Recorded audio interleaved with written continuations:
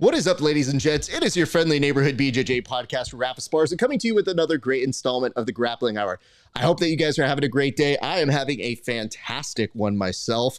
I can tell you this started with training. Now we get to do an interview. And yes, we don't always do them live, but for special occasions, we do bring our little live program to your eyes and ears. And we hope that you are having a great day and want to join us for some lively discussion because we're here for a good cause. And I'm going to get to it in just a second. What's up, TJ? Hello back to you. Thank you so much for showing up. Just a couple quick little reminders. If you guys like the show, give us a like and a subscribe at the Grappling Hour. You can also head on over to our patreon.com. Normally, when we record our interviews, you can see our interviews 30 days before anybody else. And you can find us at patreon.com/grappling hours. So for just $5, you can see that. And for an extra couple dollars, you can see our premium content that is not available anywhere else. That includes tape studies with the athletes themselves, where we break down their matches from the UFC, from major grappling organizations, Bellator, PFL, whatever they're competing at. We basically analyze it with them. There's also a segment called Roast Raf, where people roast my competition footage. And for whatever reason, that is our most popular segment. But we also do extra bonus episodes that we don't put up on any other channel. So that is Grappling Hour on your Patreon. So go find us there. In addition to that, you can find us on Spotify and on our Apple podcast page. And if you want to continue the discussions that we have here on this show elsewhere, you can also always find us at Discord at Grappling Hour. All right, let's get to why we're here today. We're here with the pal. This dude has been raising funds and money for a long period of time, but he has been an active competitor. He has been a longtime friend of the show. And every time he is about to make major announcements for Operation Knockout, he sends out the bat signal. He lets us know that something big is coming down the pipeline. And when that happens, we decide to go live and say what's up to him. So we're bringing him back on the show today, and we're very happy to have the returning friend of the show, John Valentine. John, how are you doing, sir? Good, Raph. How you doing? Good to see you again. You're looking very thin. So I don't know. Thank you. Your training must be really paying off. You look great. Thank you. That's very nice of you to say. I would tell you this, though. I think it bodes well for the extra rounds of wrestling I made the guy I was training with do. Because I was like, hey, guy, this is a face that goes on internet television. Got to keep ourselves looking as young as possible. But you, sir, you opted with the sleeveless today. So what prompted that? Is it just that it's hot out in Vegas, or did you want to intimidate your opponent here? Well, that was really the idea. I figured, the person that I'm going to be seeing here, I figured if they saw a few tattoos, I don't think they have any because I don't even know if they like needles. That's probably the case, or they can deal with blood. Hopefully they can deal with their own blood on November 2nd. But other than that, I just, I figured there'd be a little intimidation factor. That's fair enough. How many tattoos do you have? Not counting the one of your name on my small of my back, I think I've got about 7 or 8. Yeah, other than that one. 7 or 8. I mean, yeah. But they're sizable ones. So you didn't just get like the little like smiley face or anything. No. Like you went all in, sir. Yeah, like if you can't tone it, you tan it. Same thing. If you cover the muscles with the tattoos, then you can pretty much make up for it as well. So, So Greg, I have to ask this before we start bringing in friends here. What is new with you? Because every time I see you, we usually kind of bring it back every like November is a big month for you, but every September something big is happening. So what have you been up to this past year, sir? Yeah, so I've been training, been heavily involved in the board, a lot of life changes, bought a new home, all those good fun things. But, just moving life along in the way that it should. And most importantly, just getting centered. It takes about a year to get these events planned, on the books, organized, and then the grassroots effort. Really, your show has been instrumental in helping us raise to date over $50,000 just for myself alone. And then the whole organization has raised over $600,000. And I'd like to say you've been a critical component of that. You've put the word out there that, just because it's grappling, commission-only grappling, that we can make just as much money as some of the MMA fights. So. Well, that's very kind of you to say. I'm happy to play a small role in this, but I would tell you the $50,000 is no small feat. Like that's an incredible amount of money for an incredible cause. So it's very easy for us to work together and to help bring out more attention to it. When you say these things are a year-long process, as a guy who also produces jiu-jitsu events, you're not kidding, sir. Like you are making the time right now, but that time evaporates the closer we get. How difficult is it to be somebody who balances being on the board while also still serving your own training and trying to be as prepared as you can be as an athlete? Yeah, I would say this year it's been tough. There's been a lot of things going on. I would say my opponent, who you're going to meet in a second, is someone I respect, lives and breathes on the mat. He's actually an instructor as well, high level black belt. So I think he's going to have probably an advantage in that respect. I know who this person is, I know what their strengths are. So he's going to have a little bit more mat time, but I still have a lot of other things that I do and train and that he doesn't know about, that coach knows about but coach doesn't necessarily talk about, which you'll meet coach in a second as well. But I just wanted to clarify one thing. I haven't raised anything. I've been a vehicle to help raise that money, but the ones that raise the money are the people that are watching this, the family and friends of the military, the friends of the military, the people who buy the tickets, the people who donate the money. They raise the money. I'm just simply a vehicle to get an opportunity to go out on one special night and put out a show.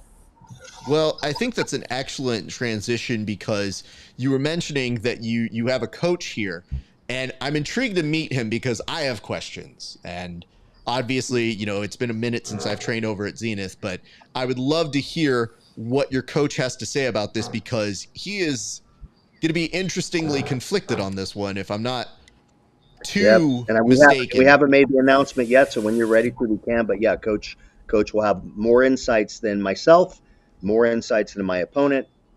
Arguably the most critical insights of the entire event or the fight. Well, since we're signposting that so well, why don't we go ahead and bring on your coach? Why don't we bring on one coach, Greg Caltech? Greg, how are you doing, good sir? Oh, I'm doing amazing. How are you today? Very well. So, okay, Greg, I don't always get this opportunity. I would like for you to try and summarize as best you can the essence of John Valentine, the grappler. Oh man, John is there's two different Johns you meet. You meet the John that's in class and full of questions, and I mean he asks more questions than a white belt. It's pretty amazing actually to be at his level and still have that wanting to learn and learn and learn. He gets the fact that jiu-jitsu is not a destination. Once you get a black belt, you just start learning about all this, right? So to have him on the mats is refreshing. But there's the other John that as soon as he steps into competition mode, he turns into a completely different person. So this is going to be really interesting to see how this all plays out. But yeah, there's two different sides of John that you'll meet. When you meet him on the mat, he's humble, he's great. But when it's game time for John, and he doesn't give a shit who he's competing with. So it's pretty cool. I'm going to go the reverse way now. So, John, what can you tell me about Greg, the coach? Yeah. So Greg, the coach, is a consummate. So you know what servient leadership is. I think the word is completely overused because people don't embody it. Servient leadership says that they believe that they're truly there for others, and a lot of jiu-jitsu academies, a lot of jiu-jitsu schools don't emulate that. It's bullshit. When you come in, they want you to buy all their shit. They want to be, they want to be called yes or no, all that stuff. We still do that out of honor.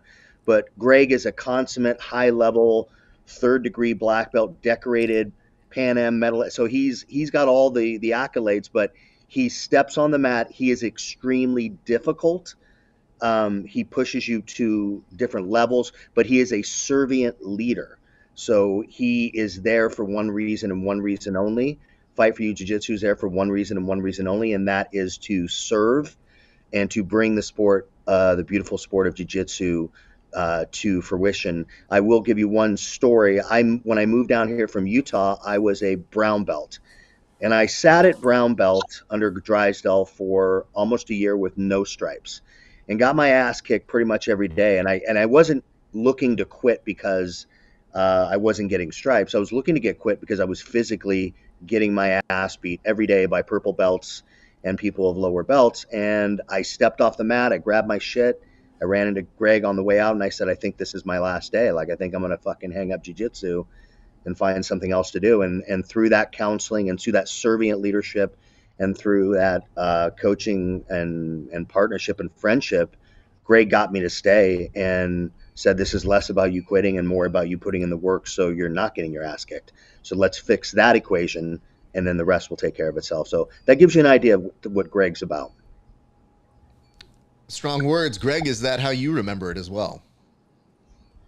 Yeah, to some extent. I mean, you know, it's always hard for me to be recognized because I learned a long time ago, you know, this from higher level guys above me that this isn't an ego sport, right? Like you have to really drop your ego at the door, and the more humble you are, the better you get at this. So I remember that day. I remember just talking to John. I saw how distraught he was, and I could recognize myself in him because at brown belt, I was ready to quit too. Like seriously, white belt, you talk about it a lot because it sucks, but when you start getting further along up the ranks, um, it gets harder and harder, right, as you progress. And man, I remember being a brown belt feeling the same way John was. So when I saw him that day, I recognized it immediately that, man, I know where he's at, and I hope he doesn't quit. So I did what I could do, and hey, it worked out. And he's still around. He's still got his black belt, and he's first degree, you know, and he's still rolling. So it worked out. It's a good thing. So. John, from your perspective, how fulfilling is it that he did come back and did go through that black belt process? Because sometimes you make that speech and they're there for another month. Maybe they stay for 6 months, but making sure that you end up getting your black belt is a testament to the environment that you must have been fostering. Is that for Greg? Yeah, this is Greg. Yeah, that's for Greg. Yeah. So I don't. Again, I don't look at it that way because here's how I look at jiu-jitsu. So many people help me to get where I'm at, right? And I feel like it's an obligation once you receive your black belt, once you earn that black belt, that you need to give back. Like, you know, there were so many people who took time for me. So if I could be a tool or a small piece of the puzzle for John to get his black belt, I think it's amazing that I got to be a small part of it. But really, the kudos should go to John because he's the one that had to put in the work. He's the one that had to make the decision not to quit. And, you know, there's probably a lot of variables, too, he's not talking about that went along with those decisions. But to be a small part of it, it feels really good, you know, that I could be there for John. And we've had this friendship for as long as we've had. And that's what it's about, right? You know, long-term relationships and not only on but off the mat as well. So it feels good. But really kudos to John. He didn't give up that day. You know, he could have quit. And we probably wouldn't be sitting here talking today. So, Raph, I would say too, you meet a lot of instructors and they seem like really good people, but then you get to know them off the mat. And you're like, this is the guy who's, you know, a douchebag to his kids, and Greg is a salt of the earth, family guy, really loving person off the mat for a guy to give you the last $5 out of his wallet if you needed it. So those elements make me lifetime committed to him, to Robert Drysdale, and those things. That team loyalty goes a really, really long way. You know, goes a long way. I get that level of support now with my soon-to-be fiance, Christina Gruber. How are you doing? I hope you're watching. But yeah, so we get that love and support by people around us that matter. That is pretty amazing. And, you know, I mean, there's something to be said about a lot of us who end up doing the sport. There is a lot of us that kind of comes through and it almost feels like we understand it because maybe we did sports as a kid and we kind of say like, oh, this is how you do your pay it forward. Like, this is how you make sure that service continues to go on. So it is something that I think a lot of us who have ever had a good coach or a mentor, we think to ourselves, the only way this continues is if you continue the chain. So I think it's a credit to everybody. And I think that's part of the great of this, of what you're trying to do, which is you're trying to also ensure that other people can see that you're passing it along. And I'm sure people are passing it along in their stead, Greg. I would like to ask this though, if you wouldn't mind, you know, we always like to ask people how they got involved with jiu-jitsu. So even though we're here for other causes, I'd love to know, how is it that you yourself, Greg, got involved in jiu-jitsu? All right. I'm going to give you the full honest answer that I don't really give anybody. If you want my honest to God truth, I was way overweight. We had our second child, and I started training at this gym that had a jiu-jitsu studio or academy inside of it. And I was watching UFC and stuff, and I'm like, you know, I'm 34. I'm going to be a UFC fighter. That's really how I got into it. I thought, man, I could still do this, right? At 34 years old. So I'm walking by this gym as I'm going to sit on the treadmill, and I'm running on the treadmill. I'm like, you know what? I don't want to do this. I want to go do that. I've been a fighter my whole life, not like a trained fighter, but as a kid, I got in a lot of fights. You know, just grew up like that. Pretty stupid, but anyway. So that's why I really joined up, because I really thought I had a shot at, you know, going to be a UFC fighter at 34 years old, and that was quickly smashed in about the first month and a half, 2 months. I realized, yeah, that time has passed for me. Like, you know, you got to get into this at a little bit younger age if you really want to do it. So that's the real reason I started. And I actually put on Muay Thai gloves first and started training jiu-jitsu a little bit on the side. I knew I had to have ground game, right? But I was really more involved in the stand-up. And as soon as I put a gi on, though, I put all my Muay Thai gear away, I think for about a year. And I just fell in love with the gi. So that's the true story. I've never really told anybody that. A little embarrassing, you know, 34 years old. I had these high hopes of I'm going to go be on the big show. But it was quickly diminished. You know, I realized, yeah, that time's passed. But I'm glad that's what motivated me to get involved in jiu-jitsu, because, man, it's changed my whole life. My whole life is not the same, or never would be had I not gotten involved with jiu-jitsu. So that's the real story about how that all came to fruition. Okay, now I'm curious, because you can't just say that and make me think that's the only version. What is the version you're telling everybody else then? Because you were nice enough to give us the exclusive, which thank you. What's the version that you're selling to other people? Are you just telling them, like, you know what? One day Helio Gracie found me and he said, my son, you are here. Do this. Like, what is the version you're selling to everybody else then? No, that's, you know, it's kind of one of the same. Like, I did grow up fighting a lot as a kid, you know, street fights. I always got picked on a lot as a kid, you know. I don't know why. The way I looked, people didn't like me. I don't know. So I've always been involved in fighting. And I just, when the UFC came out and I really started getting into it later on, I mean, it'd been out for a while, but I really started following it. I just love fighting. Like, I don't know how to explain it. There's just some things that you just, you know, are ingrained in you. And so I wanted to get in shape and I wanted to fight. So that's what I tell everybody, which is not far from the truth. You know, the dreams of being a UFC fighter doesn't really come out too much, but the fact that the grappling aspect, the martial arts aspect, and one of the biggest things was I used to watch boxing a lot in the 90s, right? Mike Tyson, all that, huge fan. We used to do the pay-per-view fights and we'd have everybody over and we'd watch boxing. And when they trash talked a lot, it kind of turned me off. So when I saw these MMA guys back in the day beating the crap out of each other, literally going to war, bloody, and when it's all over, they're hugging each other and they're like super respectful and they're bowing to each other. I'm like, man, I want to know what that's like. I want to be a part of that, because the absolute respect that these guys show each other is amazing. And that's what happened to me when I first started training jiu-jitsu. I remember this one guy, I don't remember his name. He's about 130 pounds. I was 265 at the time. And I'm rolling with this guy and he's literally just tossing me all over the place. And I felt bad because I kept laughing. It was like, oh my God, how's this guy doing this to me? And I kept laughing and I kept apologizing. But at the end of the round, he literally bows and says, thank you. And I'm like, thank me? Like, you just ended up kicking my ass for 6 minutes, you know. But it took me a while to get that, you know, that fighting aspect, that respect comes from that iron sharpens iron, right? You know, you do battle with people on the mat, and without them, you're not going to get any better at this. So I found out what that respect is all about, what it feels like, and why, you know, why the guys do it, you know, why they have so much respect for each other. And that's what really drew me to this whole aspect of MMA, jiu-jitsu, you know, all that stuff. So watching that respect that warriors have for each other after they literally try to beat the shit out of each other and just, you know, come together as brothers afterwards, it's pretty amazing. So that's what drew me to it. And I got locked in ever since. It was like a drug for me. So, and here I still am, you know, so. I mean, I'm willing to bet that that's the fostered environment that you create when, say, you have a good open mat, because essentially, I'm sure you have it the same way, which is at open mat, at some gyms, it is a war zone, or sometimes it is crazy, or no matter how crazy it is, but it's always in good competitive spirit. And the next thing you know, this same group of people is at Korean barbecue, or they're out getting a drink together. So in a good way, I think it is something that you probably knew you could see the future of your team probably getting together and having those great moments. But I will tell you, there is an added benefit of having somebody who has the version that you have for your history, which is that you know when that guy walks into that room and it's their first day and they're like, I want to be a UFC fighter. And you go, okay, bud, come here. I got you, man. Don't worry about that. Yep. And I got to tell you, it is one of the hardest gigs because as somebody who's never fought, I just like to tell people, I'm like, maybe I'm not the coach for you, but maybe I'm somebody who can give you a little bit of knowledge given the people I do know.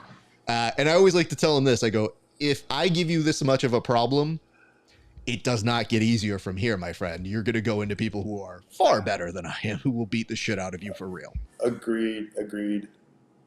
Well, Greg, I do want to keep you around for a little bit, but I did want to know, where are people training with you, sir? So where is home? Where is the gym that you facilitate? So we're out in Las Vegas. We're in the northwest side of Las Vegas.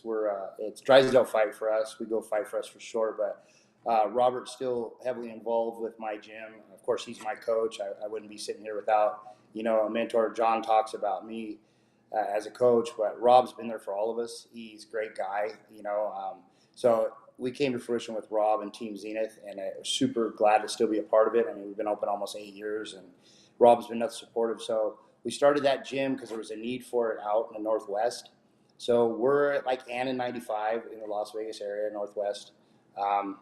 And yeah, man, it's a good time. Man. We're lucky that I got started with Rob. I brought it to him. He didn't want to do it, and he ended up supporting me to open the gym. It was never in the cards for me, but here we are. And we're a different mix of people out at Fight for Us Jiu-Jitsu. We've got families that train together. We got a lot of entire families that train together, and then we have some people that are just hobbyists. They just want to hang out with some people who do jiu-jitsu. Some of us, Ian and a couple other people that train at the gym. Ace Van Patten, he's another one of the black belts.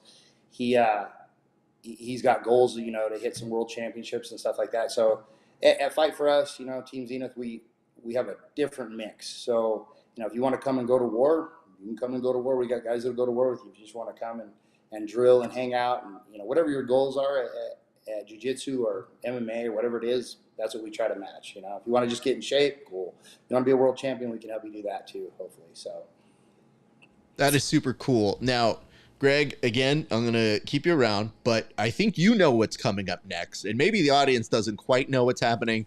So I'm going to return back to John here because there is an unusual spin as to how we're doing the reveal this time in terms of John's opponent for this particular venture. Before we do the reveal, without giving anything away, what do you foresee for this event? Because it is unusual, and it will be fun, I think, when audiences hear how this one got put together. But just from your perspective, what are you feeling about this one? Oh, it's going to be exciting. I can tell you right now, I know both these guys, not trying to give too much away, but it's going to be a good fight. I'm excited to see it, put it that way. And I without saying too much, I've seen John train his opponent. I've seen him train. It's going to be an exciting match. It really is going to be an exciting match because both of them, like I said, this other guy's the same way. Once they get into competition mode and it's for real, they become different people. And so I think it's going to be exciting. I'm so hyped up for this fight. I can't even tell you. I've watched a lot of jiu-jitsu matches. I've watched a lot of ADCC, stuff like that. It's all cool. But this one's really exciting for me, because John's there and, of course, his opponent. But I think it's going to be fireworks, to tell you the truth. I think it's going to be great. John, do you have any response to that before we get to the reveal? My finger, I don't know if you can see my finger, my deformed pinky finger. You see it? Yes. That is from my opponent that I'm going to announce the fight. That is never healed. So I have a deformed pinky finger. So I'm going to fucking take it out on his ass. Fair enough. Well, I think there's no better time than perhaps now. So, John, what can you tell us about your opponent? I'm actually not going to announce him. I'm going to let Greg announce it, but I'm going to tell you this. It is someone, there is not a single person on the planet that knows me better, that knows every move, every trick I have, and I know every trick that they have.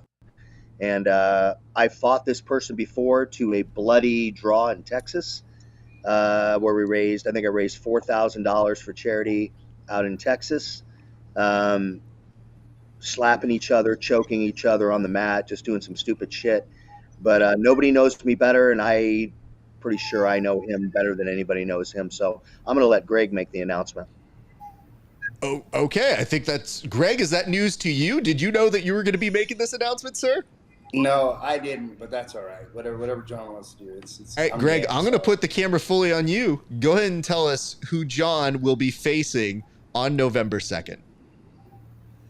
Okay, so give you a little backstory. Both of these guys know each other well. John is not lying about that at all, in any way, shape, or form. I've actually watched them go round for round and talk shit during it the whole time when they're training, because they're actually, coincidentally enough, Ian's one of my black belts, and he trains on Team Zenith. So these guys are both on the same team, which is completely crazy that they're going to do this, but they're going to do it. So like Rob used to tell us, you get to the finals with one of your teammates at IBJJF, he's like, you can do what you want, but I'd fight if I were you guys. So they have no problems fighting each other. So he's one of my black belts. Great guy, super technical at his game. It's been an amazing journey to watch him grow. Even over the last year, I've got to watch his game change. The last couple times, actually the last 2 years, going to ADCC and watching him get pumped up. So he's been working on a lot of stuff that I don't know if John knows all about yet, but he's going to find out. So without further ado, he's going to be fighting Mr. Ian Blanding out of Fight for Us Zenith Jiu-Jitsu. Well, lucky for us, we have Ian on the phone who is, oh, wow. Ian, you are already starting the intimidation tactics. Welcome to the Grappling Hour, sir. How are you doing today? I'm doing well, man. How are you? I'm super good, man. Well, congratulations on getting this match. How are you feeling right now hearing your coach talk and also your teammate who will soon be your competitor? Oh, I feel great hearing Coach talk, especially hearing his MMA aspirations. That's always I think he's only shared that with a couple of us, so it's good to hear him put it out publicly. As for John, first of all, he stole my compliment to you from when we were back, in the debrief. I told you were looking thin. The first thing he does is steal my compliment. So just like he steals my moves, he's stealing my compliments. So hold on. Let's be very clear here. I just love that this was a race just to be like, well, I mean, Raph's less fat. So thank you for that, everybody. I do feel good about it. But hold on. Let me unmute you here, John. What were you saying? What were you saying, John? Nothing. I didn't say anything. Sorry, it's hard to see you with the sun in the background. So Ian, now that we have everybody on the call here, you've been waiting this whole time and you've heard, yes, thank you for the compliment. I appreciate that. That's very nice. But you heard so many pleasantries being spoken here between coach and student, but you're also a student to this coach. So how do you feel? How is this even working? So hold on, Greg, are you coaching them? Are you neutral? Are you Switzerland? What's happening? Are they putting you above a cage, like above the whole thing? Like what's going on here, sir? So technically, and I've gotten yelled at in the past at tournaments by other black belts, higher rank, but typically when two teammates fight, there's no coaching, If you guys get to the finals, there's typically no coaching by the coach, because essentially, who are you going to coach for, right? You yell at them all the time on the mat anyway, so they know what to do. But no, as far as I know, I'm not coaching this one. Okay, so you're off duty on this. I'm off duty on this one. The idea is that he's going to ref it. Oh, so Yes. you're even more involved here. Okay, these keep taking turns more and more here. Yeah, so he's going to know if things aren't going the way they should, meaning two people aren't putting in the work they need to for the veterans, and he's going to kick us both in the ass and tell us to step it up. Man, this is just full of shocks and turns at every single level. Let's start nice, though, first.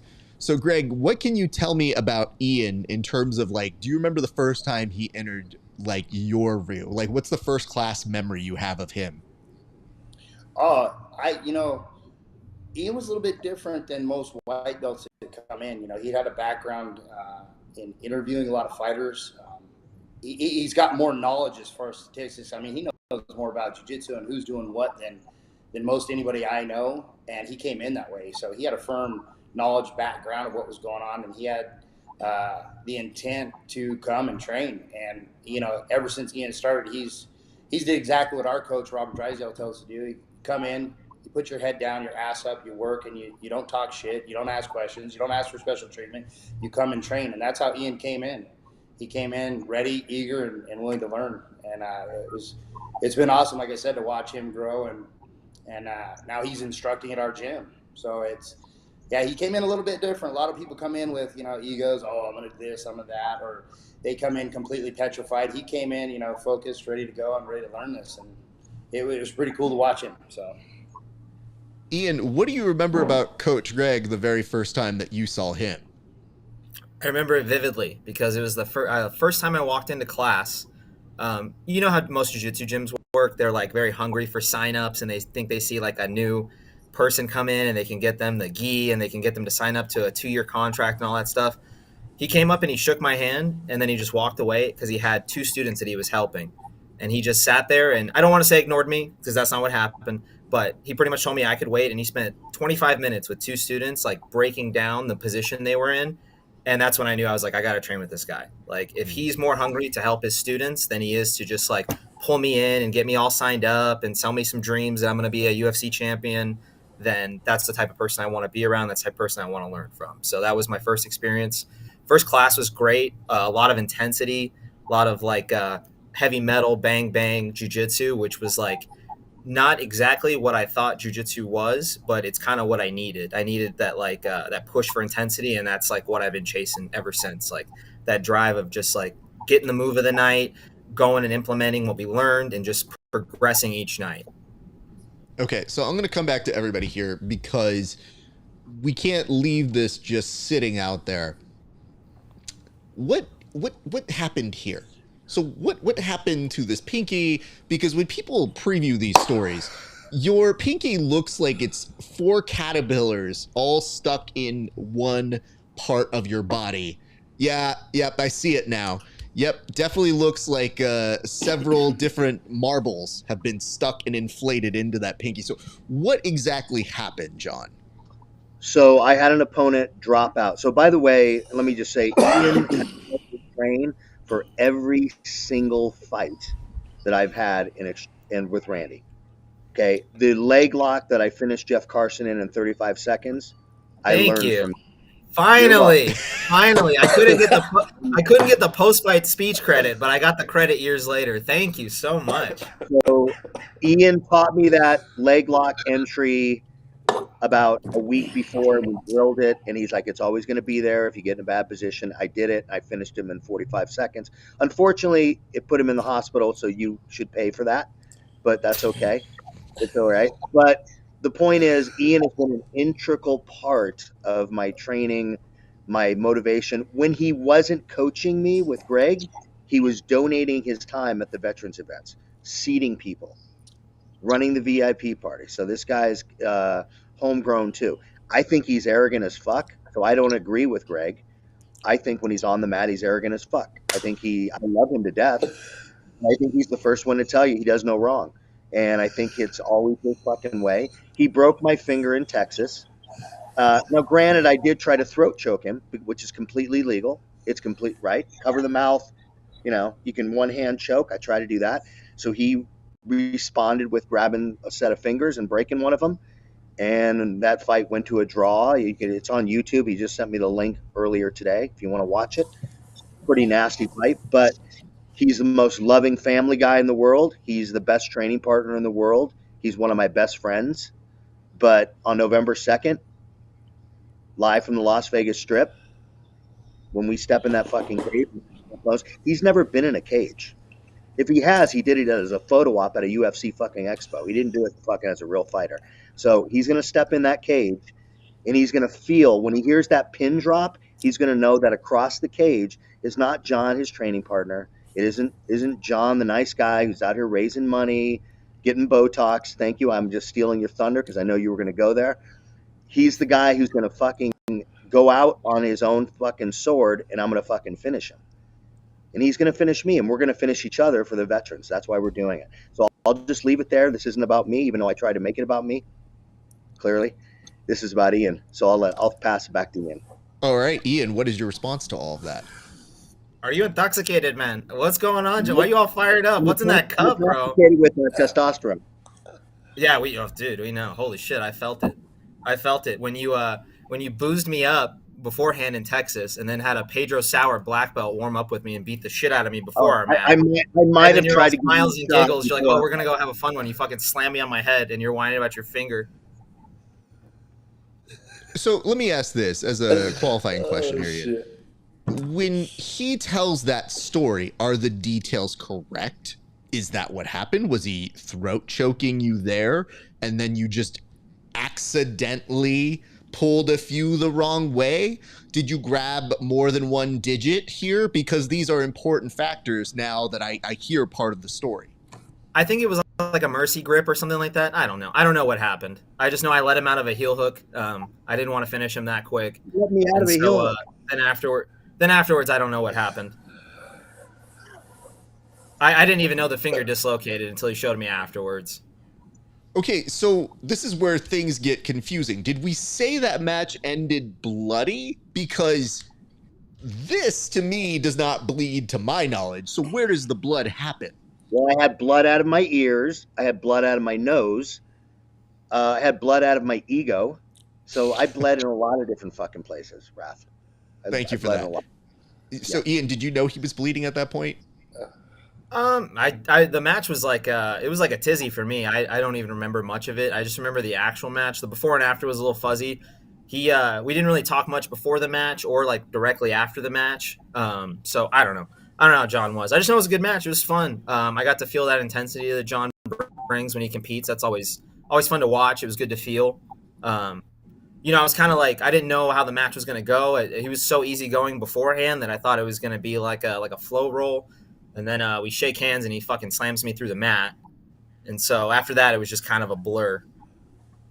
So this is what I do appreciate about two people who are talking about a match that ended in a draw.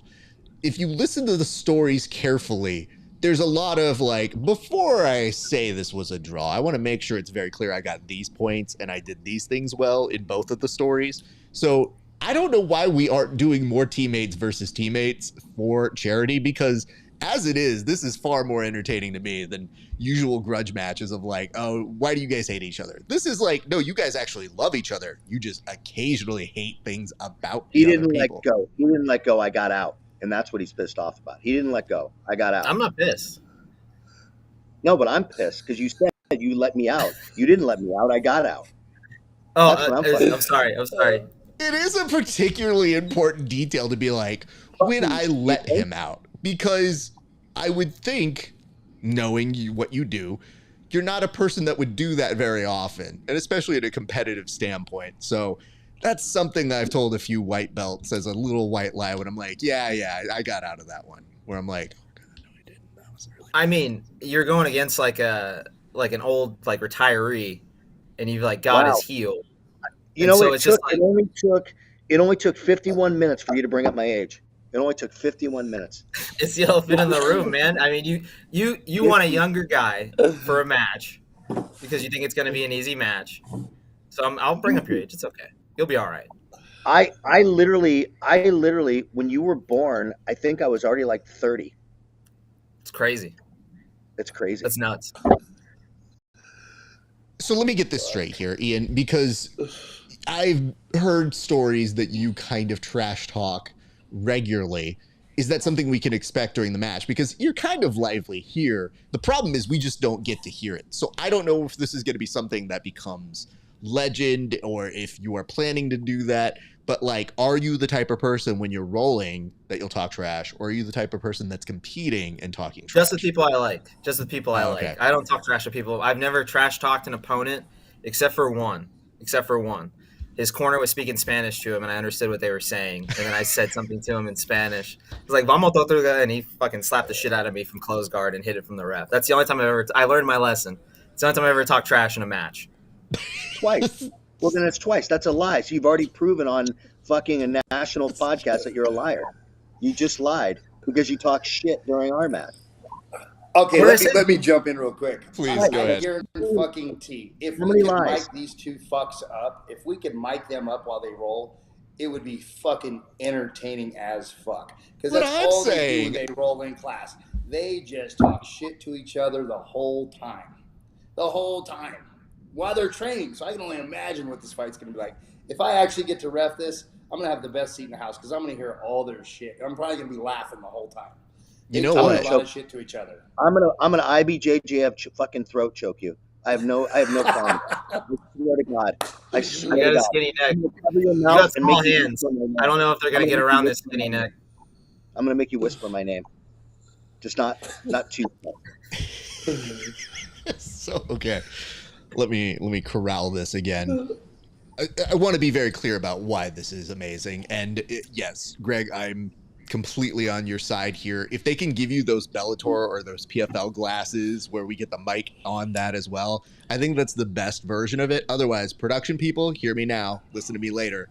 If you can get a microphone on the lower level of the cage or just slightly above it, I think you can pick that up because as somebody who's done a lot of photography, I hear a lot of stuff, and I'm just saying it's not impossible to do, production team. You're welcome. Let me go back to this, Ian.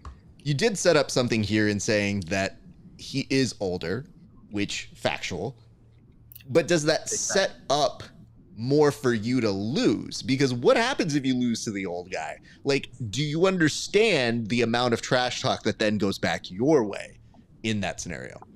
Oh, I don't mind. If I lose to some old guy, it's fine. I mean, we're on to bigger and better things. I've got like, I still compete in the adult division, so I've got like some like 21-year-old roided up Brazilians to worry about, IBJJF. If I lose the old guy, it's fine. It's just a fleeting moment. It's for the troops, man. It's for the troops. As long as they're entertained, that's fine with me. There we go.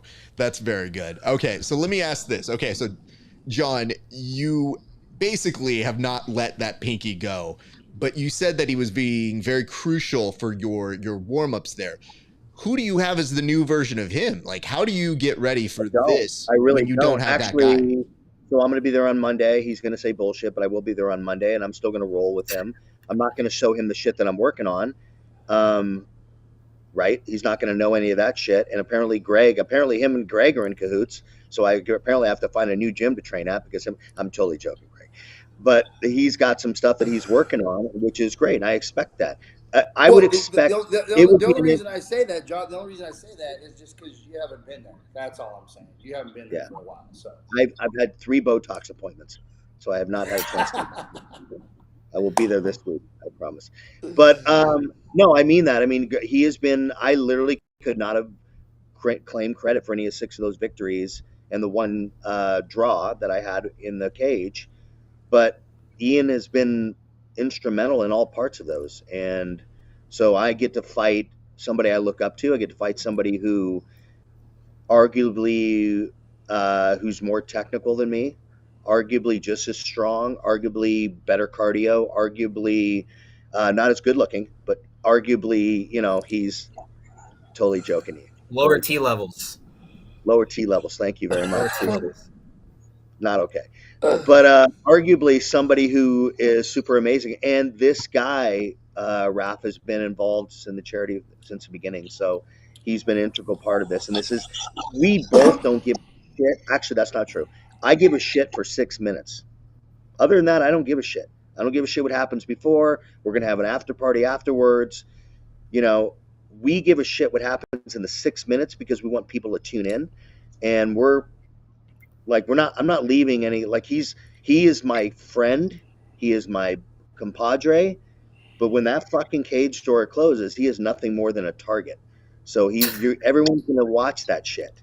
Right. But after it's over, he's my brother. He's my brother in arms. And, we're going to get ready for the worlds together. We're going to get ready to go for world championships, all that. This is the guy that's going to help me do that. I'm not going to win a world title. What worlds are you doing? What? What worlds are you doing? Masters 7 world. Oh, okay. It's 100 plus, so it's 100 plus division. But you wouldn't be there because they have an intermission. It's like a 2-hour intermission where we can actually, rub Bengay and stuff on our limbs and stuff. Anyways, different division. There's only one stand-up comic in this chat, buddy. I think he's in the bottom left. That's right. Jesus. Yeah, That's no, true. listen, That's dude. true. Rap is an amazing stand-up comic. It's actually Thank true. you. It's very nice of you guys. Listen, I don't have to write any jokes. This is entertaining. I am the second most entertained person in this whole chat. The one that's the most entertained is the one at the top right, who seems to be all giggles the entire time. Like, Greg, you strike me as a dude with a great sense of humor, but can put on a very serious face. And seeing the delight in your eyes as these two are chirping at each other is truly something to behold here, sir. Yeah, the cool part about this is they're talking shit, and a lot of people would talk shit like this to raise money and let's create the vibe, and that's all cool. But the reason I'm laughing is because they're not talking shit; they're being serious. Like, this is how they are. Like, I wish I could sit and say, "Oh, this is all bullshit and it's all just to pump hype up and let's sell tickets for the troops." These guys are serious like this. Like, this. Well, I told you, it's going to be fight. When they go to fight each other, they're going to fight each other. They fight each other on the mats in front of the team. I can only imagine what they're going to try to do to each other when they're on cameras and there's lights and people are actually watching. And that's why I'm laughing, is because this isn't some Hollywood scripted shit. This is how they are. And so it's only going to intensify when this all goes down. So if anybody's tuning into this and you guys miss out on this Operation Knockout, you're going to miss out. This is going to be, I know it's going to be great. I'm going to watch these guys try to kill each other, but they're not talking smack. They're going to go after each other, and they do know each other's weaknesses. So that's why I'm laughing, is because I know they're not full of shit. Really. Yeah. Yeah, no, I mean, here's the nice part, Greg. I'm not a gym owner, but I am one of the coaches, and at the gym that I do teach at, there is a nonsense that we kind of indulge, which is always like, when these guys are chirping at each other, we're like, we are in a gym, gentlemen. Let's never forget that. And then half the time it's just like, well, you wouldn't. It's like, no, we're already taking wagers on who's going to win. Like, we don't care how this goes, but if you're going to do it because we got money on the line. If you're not, we're going out. And sometimes that is class stops, right? And everyone starts watching the match. You know what I mean? Like, oh shit, here they go again. And then we look at them and we're like, listen, we don't have a no time limit amount of time. We've got IBJJF points. Or if you guys want to do ADCC, that's fine too. But let's make this thing go. So everybody always does that, and we have a great sense of humor. And I think that's what we're getting here. Ian, I want to ask you. John said, in his Gordon Ryan-esque way, he called his shot on what he is going to finish you with. Are you? Well, I mean, he said he's going to throat choke you. Choke. So do you want to make a bold proclamation yourself, or do you want to keep those cards to the vest? Oh no, I'm just going to go out and see what presents itself. Nothing crazy. I don't want to double down and commit to anything. Well, funny you say that, because we did bring up any kind of wager here. Is there any wager between you gentlemen? Because it doesn't have to be financial, but sometimes just bragging rights. I'm never gonna let him live this down. The wager is that every day we're on the fucking hook, talk a little bit of shit, but we're like, how much money did you raise? What sponsor did you get? What companies are you going after? So we wager back and forth on that, and our talk is really only a couple sentences, because I would say, Raph, if I could just make a quick statement, the reason you don't see more grappling on national TV in these charity events is because they don't raise money. And unfortunately, MMA, I am a retired MMA fighter, right? So I'm speaking from a place where I have some experience in this. It's all about me. I'm an MMA fighter. It's all about me. It's not about fucking selling tickets. It's not about doing anything for something bigger than yourself. And I think Ian and I both understand that if we can raise $50,000, $60,000 in 5 years in a grappling match, what does that open up for other people? And it's, if I just went to 10 people I knew, I'm just making this up. If I went to 10 people I knew and said, can I get $100 for the veterans? It's tax deductible. Can you skip date night? Can you skip date night and give me $100 for the veterans? And if more people would do that on these cards, these charity event cards, we'd see more grappling events. Look, I'm going to announce it here because I know I talked about it before. I'm officially retiring from the event. I'm still going to compete in IBJJF and all this. This is my last Operation Knockout event. I'm still on the board. I'm still going to be involved in fundraising, but I'm retiring this year. But who's going to come in next year and raise money? Who's going to come in with a commitment? Ian is coming in with a commitment. People like Ian, people who give a shit about our men and women in uniform. And that's the people we need. People who believe that jiu-jitsu, fighting, charity is about something more than us. And those are the people that are going to do it. And Ian's that person. Ian's the future of this sport. Ian's the future of this stuff. So that's just my diatribe in a minute. Well, thank you for that. I mean, again, another shocking statement here. I didn't know that you would be fully committed to stopping. That's an interesting case because, so hold on, does the board know that? Because if the board gets the vote, I feel like... There's a discussion I have with the board. The board's in complete support. It frees me up more time to do the fundraising piece, right? So I've been able to raise this amount of money, but now I can focus more on corporate sponsors. I can do that. I can align 2 matches. I can put Ian in with other people next year. I can put Greg in, coach versus coach, which is something I'd love to be able to do, by the way. Coach versus coach. I don't think we'd ever see it. Greg's like, oh, is that what we're doing now?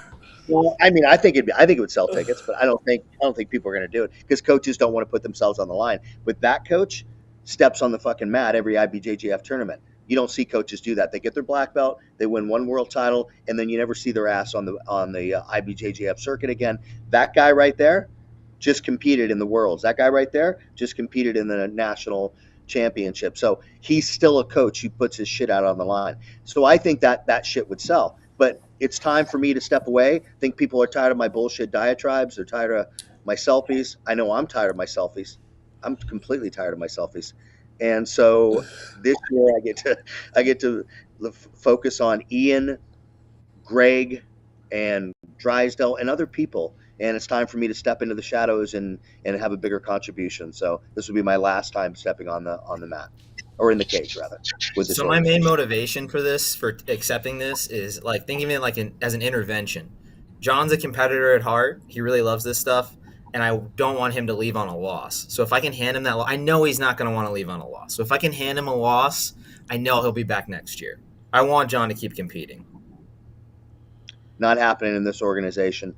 I know we talk a lot of shit, Raph. We say it every year. But I am officially retiring from the organization. I'm going to still compete. I might slide to Utah, fight under Steelfish where I started, right? Where I started my MMA roots and so do some grappling. I'll still be in the IBJJF circuit. In the Master 7, if anybody wants to meet me there. But other than that, I think the time has come to open it up. And by the way, if I could, Raph, let me just give a real quick plug. One of the people that I'm super excited about, and Greg and Ian, if you give me just 2 seconds, somebody who I'm associated with, his name's Mighty Mouse, but he has a son, his name is Cash. He's 53-3. He's won national title, ADCs, he's won everything. He's going to be one of the intermissions, and he's not an intermission. Like, he is basically cutting through everyone, and he's 14 years old. He fought in the one state that you can actually have MMA fights when you're 14. He went and fought at the Hendo, Hendo, out in Colorado, and beat an opponent in 34 seconds. So this kid is going to be unstoppable, and he's going to be our first. I'm not going to say intermission. He's going to be our first fight. But he's 53-3, and he's 14. Like, this is the future, and these are the people we need to spotlight. They don't need to see another old guy in there. We need to see people like Ian, maybe give him a little Botox, some SpongeBob muscle, and we're going to get him crack, baby. Don't need it. We're getting him. So, but yeah. Well, that's great information. I look forward to seeing that young man get platformed. But I do want to say, without creating stakes and saying that you guys weren't going to put a wager on this, it looked like Ian was trying to do the reverse wager, which is, well, if I win, you have to keep competing, which is, by the way, the most absurd standard to put up there. It's like, I want to hand you a loss so that you have to come back next year and raise even more money. Where I'm like, Ian, come in a little closer here. Sometimes when you make it to the old age, you kind of have stuff to do other than this. Now, I know it's absurd. Okay. I'm just saying, like, sometimes when people are like, yo, are you going to roll today? And I'm like, no, I got laundry today, bro. You going to roll today? No, I got bills to pay, bro. Like, I got stuff to do. Like, I think sometimes you get to an age where you're like, hey, listen, I know I can still compete. it's the build of the competing that does suck as you get older. And I don't want to spoil things for you, but hashtag spoiler. Thank you for the spoiler. I think I'm starting to feel exactly what you're talking about, Roth, but I know John well enough. I know he's got the fire. He's trying to extinguish the fire. Remember that story at the beginning where he's talking about how he wanted to quit at brown belt and all that? We're at this phase right now. We're at the want to quit phase, and we're just going to push him and just keep going. Keep going. And if I could chime in too, he's not tired of his own selfies. Just look at his fucking Instagram. It's fucking all over there. You got Ian in the gym grinding every day, and you got John in fucking Cabo with a fucking drink in his hand. I'm just saying. With a fucking novel as a caption, the verisimilitude of the incredulous nature of man is the... I'm just jealous. It's not the incredulous nature of man. It's the incredulous nature of mankind, but thank you. You were close. Nothing kind happening on November 2nd, baby. Nothing kind coming your way, buddy. Nothing. I swear to God, I'm gonna slap the shit out of you on November 2nd. I thought I was the arrogant one. I thought I was the arrogent one. This guy can do no wrong on the mat. Blah blah blah. Oh, but by the way, he showed me how to fucking destroy this guy's knee in 34 seconds. Just so you know, when I come in on November 2nd and that fucking pin drops, you're gonna be terrified. And if you wet yourself, I want you to wear the panties that I wear, the old mini panties. Because you're going to wet yourself. A little bit of tinkle. Don't wear white shorts. Don't wear white shorts because you're going to tinkle. And when I walk around the cage, and I snap the shit out of you before we start, then it's going to start. When they ring that bell, shit's going to happen. Greg's going to fucking keep us like two dogs. What did I sign up for? Yeah, I don't know what you signed up for. I thought we were doing jiu-jitsu. I like jiu-jitsu. I didn't know it was gonna be a fight to the death. There's gonna be children at the event, John. Hold on. No kumite. No, I didn't say kumite. I never said kumite. I want to take a moment here to maybe figure out if we can right or wrong. So let's say that John submits you with a heel hook. If he credits you in the post-fight speech, does that kind of wash it out? Like, are we good again? All I want is my credit. That's all I want is my credit. No one gives me the credit. Now, hold on, Ian. Did you ever tell him, hey, man, I really wish you would have given me some credit there? Or was this the first time you've told him that? No, us having to carry that guy out of the ring was honestly all the credit I needed. That was wild. It was crazy. I was just like, yo, it works. Holy shit. And he listened for once. He never listens to his corner. And don't try to wrist lock me because I know Greg, coach, is teaching you wrist lock. In all of his 60 years, he's never followed a game plan. And he finally did, and it worked. John keeps his hands down. Greg's going to teach him little wrist locks, and that shit's going to work. When I got my hands on your throat and I'm choking you in closed position. Yo, chill. Hey, John, just do it with the other hand. I don't want your pinky to get hurt again, okay? That's fair. That's a very good thing to look out for. So, Greg, I don't envy you for the next 5.5 weeks or so, but I would tell you, I don't know if I was in your position, if I could refrain from doing the following, because sometimes I do this with my lower belts. Sometimes I just will teach one thing and then I go up and teach the reverse version of it, just for my own, let's see this science experiment work. So if they happen to be at the same class, I don't know how you wouldn't be playing this up and being like, these are great finishing mechanics. I would do this here and this here, and then go do the opposite to the other one. Yeah, so the crazy part about it is they train a lot together, so they kind of already know each other's game, but it makes for good sense and good gamemanship to show some counters to what they're going to do to each other, which is not a bad thing, right? That's how we level up. Is if you get really good at something and no one knows how to get out of it, then you can't get better at it, right? So I'm sure I'm going to have to show some defense on both of their games to each other on the side, which is fine. I don't think it's biased. I think it's going to make them both better. If one goes for one thing and the other able to get out of it, then good. Then it's going to be an exciting match. So, but there shouldn't be too much of that because realistically, these guys already know each other well, and they're going to go after each other how they know. The cool part about it is they both know what's coming, right? It's not like they don't know what's coming. They know what the other one's going to do. and they know each other's tells. They know each other's, you know, their weaknesses, and when they get gassed, when they don't get gassed, when they start talking shit. Yeah, Ian gave up one already. John, when John's in his head, he starts doing this shit. And he's like, he's confused. That's just a tell of John, so you know he does this. That's how you know you got John on the ropes. Is in the middle of the roll, he starts doing this shit. You're like, he's done. I got him. But wait, does that work for poker too? Because now I just want to know that. Because if that's the case, I don't know. A very different I've never world. played poker with him, but I bet it is. I bet it's the same shit. I just listen, dude. I always tell people this. Sometimes I have rolled with people and they have unwittingly given me their poker tell, and I go, "Oh, see, you're not going to get submitted, but I will take your money later. I will happily. Thank you. Right. Good to know." Right. Having said that, though, yes, I think you're in a good place. But Greg, can I give you another little small idea, if you would? Please. Okay, so if you're reffing this thing, you know, sometimes a referee is in charge of saying action or you're stalling. Can you do that with the trash talk? Like if they've been quiet for too long, can you be like, guys, I need to hear more. I need to hear more right here. I'll keep that in mind for sure, but I don't think we're going to have that problem, as you can see. You know what I mean? But if I got to rile them up, I'm sure I can, because I'll just dig at both of them. I know how to get underneath both their skin. I literally just touched my nose. I literally just. Yep. See? He's already in his head right now. He's in his head. In your head. So let me do the quick version of this. Ian, since we didn't get to ask you the formative question on this show, how did you get started in jiu-jitsu? We heard a little bit about your story via Greg, but please tell us a little bit about how we found you in jiu-jitsu, sir. The simplest answer was when Frank Mir knee-barred Brock Lesnar. That was like when I was convinced jiu-jitsu worked. Like I started karate when I was 5, got into boxing in middle school. And then right around like high school, I was like, you know, I thought wrestling and jiu-jitsu, like they obviously work, but I figured like striking, you know, Chuck Liddell was huge at the time. Rampage was huge at the time. You see these like high-level strikers in the UFC. And then I really started watching like, you know, Pride and things like that. And then I saw Frank Mir fight Brock Lesnar. And I'm like, dude, Brock's going to kill this guy. I knew Frank, but I just didn't think jiu-jitsu could stop somebody like Brock.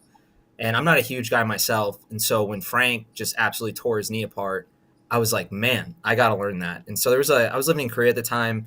There was a little judo academy like nearby. And I would just go to their like their open randori like every Wednesday. And I did a little jiu-jitsu and I absolutely sucked at it. And it was crazy and hard. And then trained a little bit at Vanderlei's. I did a lot of boxing, kickboxing, and I would just stay around for the jiu-jitsu class here and there. Never take it too seriously. And then I realized that like 22, 23, getting hit in the head a few times a week is not like the best for longevity. And you feel like crap when you have to go work your job.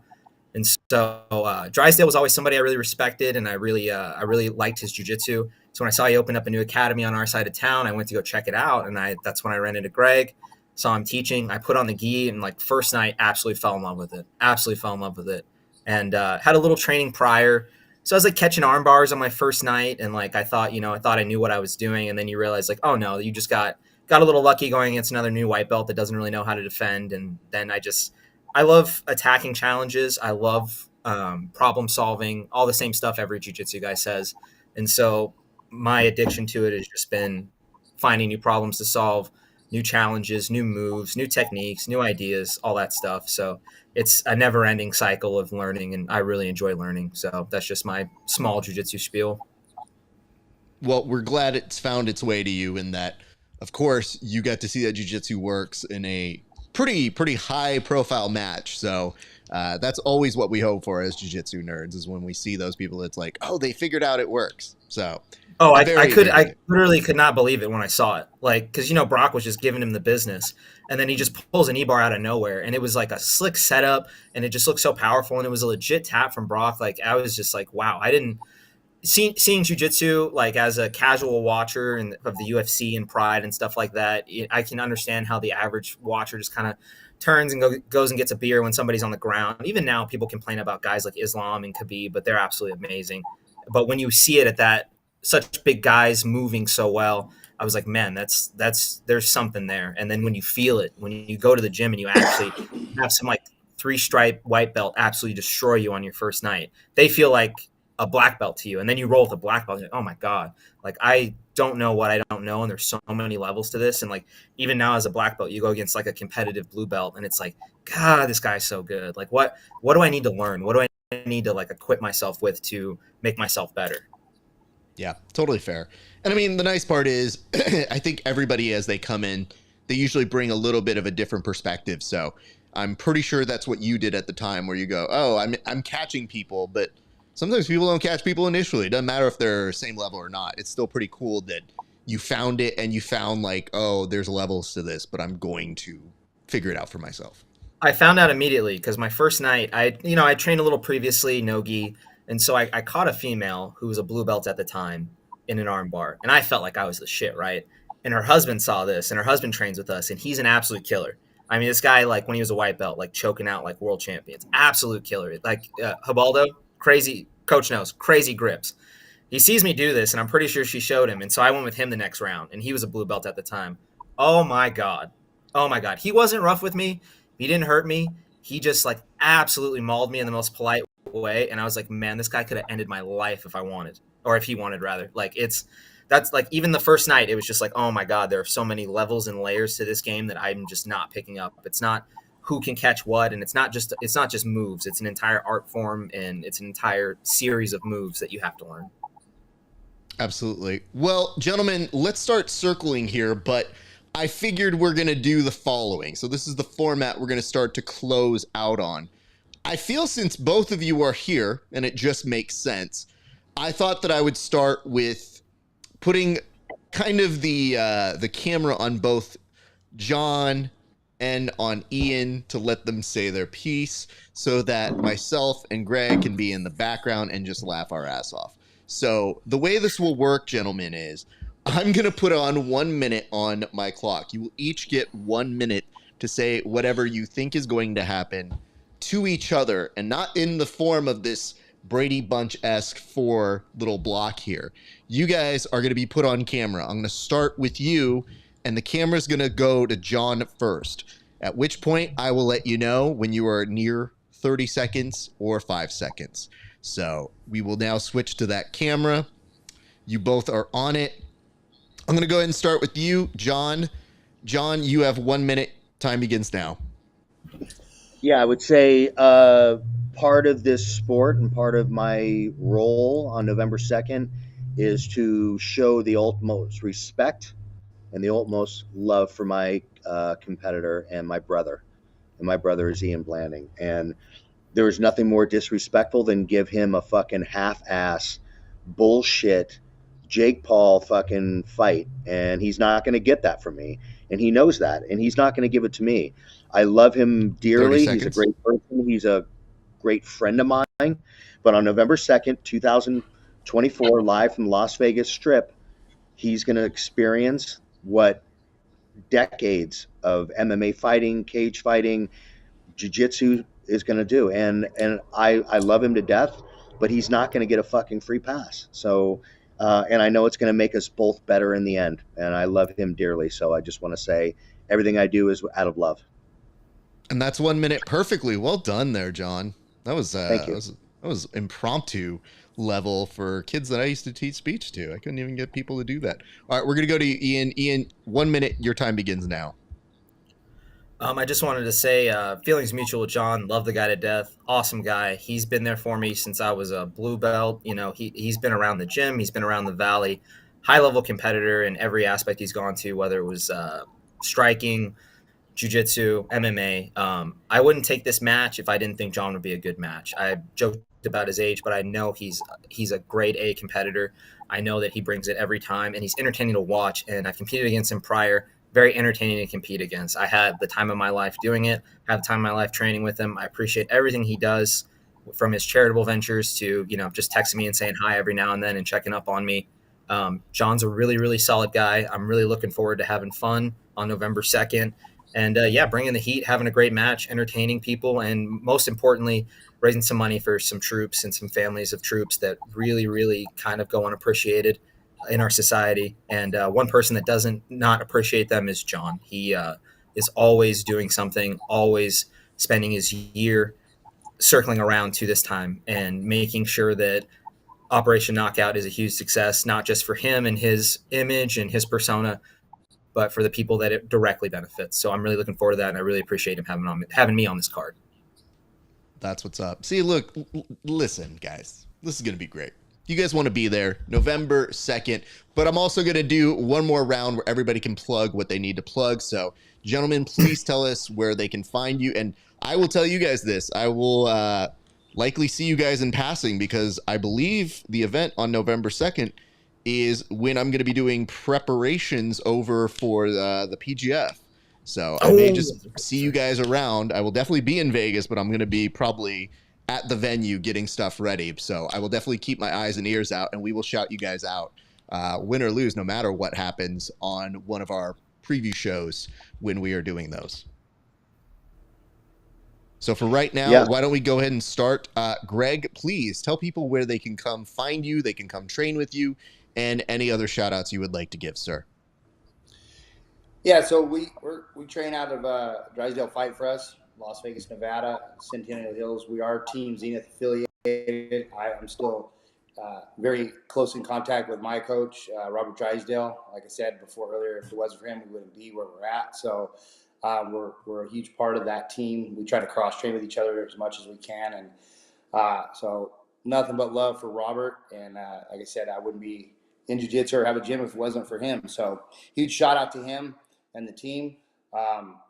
And you know, if you guys are out there watching this, as you can see in the background, I got a flag.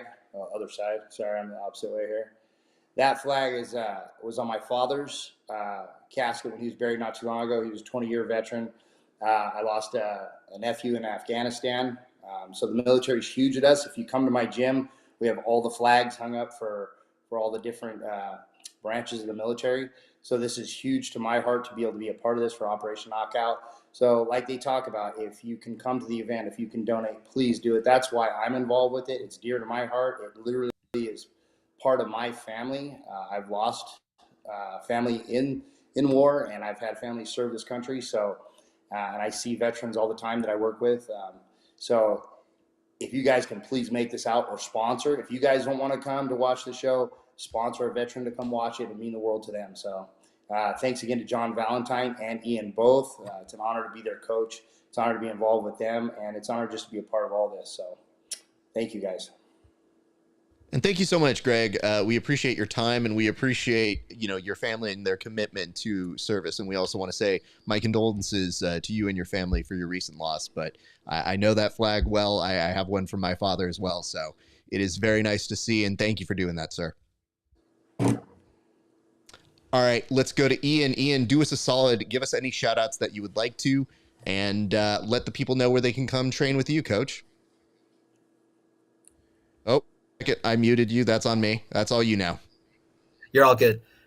Same place as Greg. You can come train with me at Drysdale Fight for Us. John, if you ever want to attend one of my classes, you know where to find me. You can find me on Instagram at iBland. And once again, big thank you to John for having me on this event and everybody involved with the event. Been a military brat. Entire family's in the military. I have tons of my friends, close associates in the military. So something I really hold close to my heart, and I really appreciate John doing this for everybody. And also my sponsor, Bagel Cafe on Buffalo and Westcliff. If you need anything for Rosh Hashanah coming up, feel free to stop by and say hi. Hold up. You got a bagel place as your sponsor, sir? How did you score that? I'm employed by them. It's great. Oh, okay. Sorry. Okay. It's split. It's easy to convince them. Hey, I'm being honest here. I was thinking to myself, I'm like, how'd you score a bagel sponsor? That's really dope. Good for you, man. Like half of us, whenever we're doing jiu-jitsu stuff, we always got to be like, I bleed for these bagels, Ralph. I bleed for these bagels. I was about to say, when I saw your hand there and then I saw the tag on the other side, I was like, do we want to cut that off before we start rolling here, sir? Oh, sorry. Yeah, I just cut out a quick care. I know it's clear there. I just thought I was like, I don't know if I'm going to put it fully on blast, but when I kept seeing you you know what it is? It's that mid-interview, you just forgot. You're like, and another thing, let me tell you a little bit about this. And I just go, my man, I think you're still giving away the goods. Thank you for the professionalism, man. I appreciate it. Hey, I waited. Oh, I can see John, the sun's down. Hey, you know what though? The lighting right now is great. It is superb. No, don't do that. You don't need to listen. This dude's seen too many Burt Reynolds Playgirl spreads right he now. loves his selfies. You know what? Hey, listen, Loves his selfies. he has a great house right now. He should be able to enjoy it. I'm not going to say anything like that. John, I'm going to put the camera on you, sir. Sure. Let me. There's only 5 people. I'm going to do it really quick. I'll do it in a 45-second manner. First and foremost is family and friends. I want to thank all the family and friends who stand behind me, my significant other, the person who makes the meals, who does all that stuff, and the family who stand by you and push you to go to the gym. Right. The next one is my gym family: Robert Drysdale, Greg, Ian, everyone who represents what jiu-jitsu represents for the right reasons and all those things. The third is the organization, Tuff-N-UFF, the largest amateur organization in the world, who puts on the infrastructure for this. It's a pleasure to sit on the board with Vinny and the rest of the crew, Val Haney, Scott Haney, that make all the magic happen, that put all the things together. Randy Couture, who is a mentor to all of us, who selflessly gives his time and money to do that. And the 2 other people, I'm going to end it on the last one that's most important, is Raph. Raph, thank you so much for being a grassroots supporter, not only of grappling, but of things that are bigger than all of us. You and I have been in the trenches when I was raising, $500. You had me on your podcast when I won a first world championship in 2017. You were great, and you had me on your show, and I never forgot it. Your hospitality. Please go to Raf's page, donate if you'd like his platform, if you'd like the things that he does. Please support him as well. Grassroots effort, get grappling back up on that. And the last one is most important. The reason why we're here, the reason why we have this podcast, is for our men and women in uniform. Please do one of the following: make a donation, skip a cup of coffee, skip a date night, show up for our men and women in uniform who provide the blanket of freedom by which we all sleep. And I'm really proud of all our men and women in uniform. And November 2nd, we're getting an opportunity to thank you for all that you do. And I guess I probably went over the 45 seconds, but that's my list. Oh no, this was not a time version. Everything else was a time version, because I figured the trash talk only really works for about a minute. Plugs, I don't care. Plugs take all the time you want. It's more so when I start looking there and you let. If anybody has any questions on how they can make a difference, make a donation, how they can buy seats for a veteran, like Greg said, send a veteran, send 5 people to go with their families. It's an all ages show. Send a veteran, their family, and a couple kids to go to the event. What a better way? If you live in Wisconsin, you can't go to the event, say, I want to DM me and DM Ian or Greg, and we'll walk you through on ways that you can sponsor the veterans. But I really appreciate the venue, the opportunity. Raph, you've been an integral part of this journey with me, and I think I speak for all 3 of us when we say we love you. We love your show. Thank you very much, guys. That's very nice of you, and thank you all for your incredible work. I have to say, this is always the easiest lifting to do when everybody is having fun and you can tell that the match is contagious to want to see it, because yeah, we can sell grudge matches day in, day out, but I like this. This is fun to me. This is fun watching 2 people that care so deeply about something. They're willing to put their teammate-ness aside and actually just come together for a good charity. So I know you guys are going to put together something great. I cannot wait to see the result of it. And I know win or lose, the real winners will obviously be Operation Knockout. So congratulations to everybody here involved. I'm going to close up and I'll say bye to all the gentlemen off air here, but my thank you to everybody here. I appreciate your time. Ladies and gents, if you are watching right now and you're going to close out with us, a couple quick reminders. First and foremost, like, share, subscribe. This is a good one, so share this one to get the message out there for this very incredible event on November 2nd. But if you don't know what you want to comment on here, do me a solid. In the comment section, tell me the worst roast you have ever told one of your teammates, because I heard some of them here and they weren't bad, but just saying, there may be a day when you need to do it for charity. So listen, it's for a good cause now. And if you guys like our work here, go on over to patreon.com/grappling hour. $5 a month. You see our interviews 30 days before anybody else. And for a few extra dollars, you get to see extra bonus content not available anywhere else, including tape studies and a segment where people roast my competition footage. It's very fun. I think you guys enjoyed laughing at my expense. So there's that. Spotify, Apple Podcasts, find us on there. Rate and review. That does make a huge difference. And of course, you can find us on our Discord at Grappling Hour. And one last thing, check this out. Do you guys like this though? I like it. It's a Grappling Hour t-shirt. We're going to be selling these and hoodies again for this cold season. A lot of you guys want to stay warm if you're grappling. You can find order for that at rapasparza.com/merch. All right, ladies and gents, that's going to do it for us here at the Grappling Hour. We have a lot of great and fun stuff. We're about to celebrate our 7th season, the beginning of our 7th season of the Grappling Hour. Yeah, you've seen a lot of seasons of Verbal Tap, but this is the 7th season of this version of our show. So we've been doing a lot of stuff. We're going to bring on some good guests. So keep a lookout here at our YouTube page for more in the near future. But ladies and gents, that's going to do it for us. It's been a great day for grappling. We'll see you back on the mats.